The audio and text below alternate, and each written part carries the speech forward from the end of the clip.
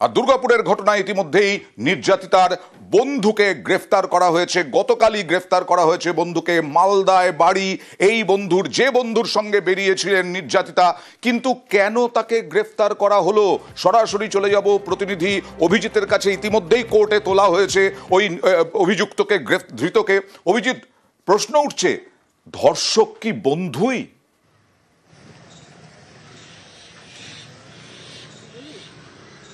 এই প্রশ্নটা থাকছে পুলিশের কাছেও। পুলিশ প্রথম দিন থেকেই সন্দেহের তালিকা থেকে বাদ দেয়নি তার বন্ধুকে, কারণ এই বন্ধু কি ধর্ষক?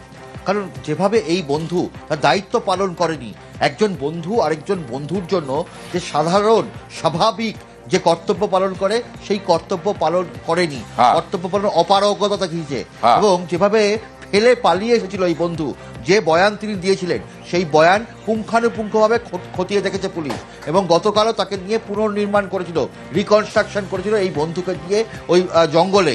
এবং যে কারণে পুলিশ প্রথম থেকে যে সন্দেহের তালিকায় ছিল এই বন্ধু, সেই কারণে এই বন্ধুকে সন্দেহের ঊর্ধ্বে নয় গতকাল সন্ধ্যেবেলাতেও পুলিশ কমিশনার স্বয়ং জানিয়েছিলেন। এবং তারপরেই কিছুক্ষণের মধ্যেই এই বন্ধুকে গ্রেপ্তার করা দেখানো হয়। এবং যেভাবে বলা হচ্ছে যে এই বন্ধু তিনি যে বক্তব্যগুলো রেখেছিলেন সেই বক্তব্যে প্রচুর অসঙ্গতি, অর্থাৎ মাঝে প্রচুর মিথ্যে বলেছেন তিনি, এবং তদন্তকারী আধিকারিকদের কাছে সেটা সুস্পষ্ট হয়ে যায়। এবং একই সঙ্গে তার কল রেকর্ডস খতিয়ে দেখা হয়। এবং তার কাছে যে মোবাইল ফোন ছিল, তিনি সেই মোবাইল ফোন নিয়ে এই বন্ধু কেন পুলিশকে কমপ্লেন করেনি, কেন হাসপাতালের নিরাপত্তা রক্ষীদের জানায়নি, কেন তার অন্যান্য বন্ধুদের জানায়নি, সেই প্রশ্নগুলো পুলিশকে ভাবিয়ে তুলেছিল।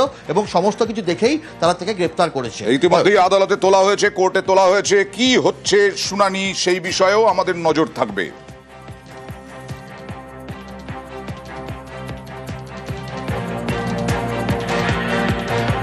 যে সহপাঠী আছে তার যে আচরণ আছে ওটা সন্দেহের ঊর্ধ্বে নেই।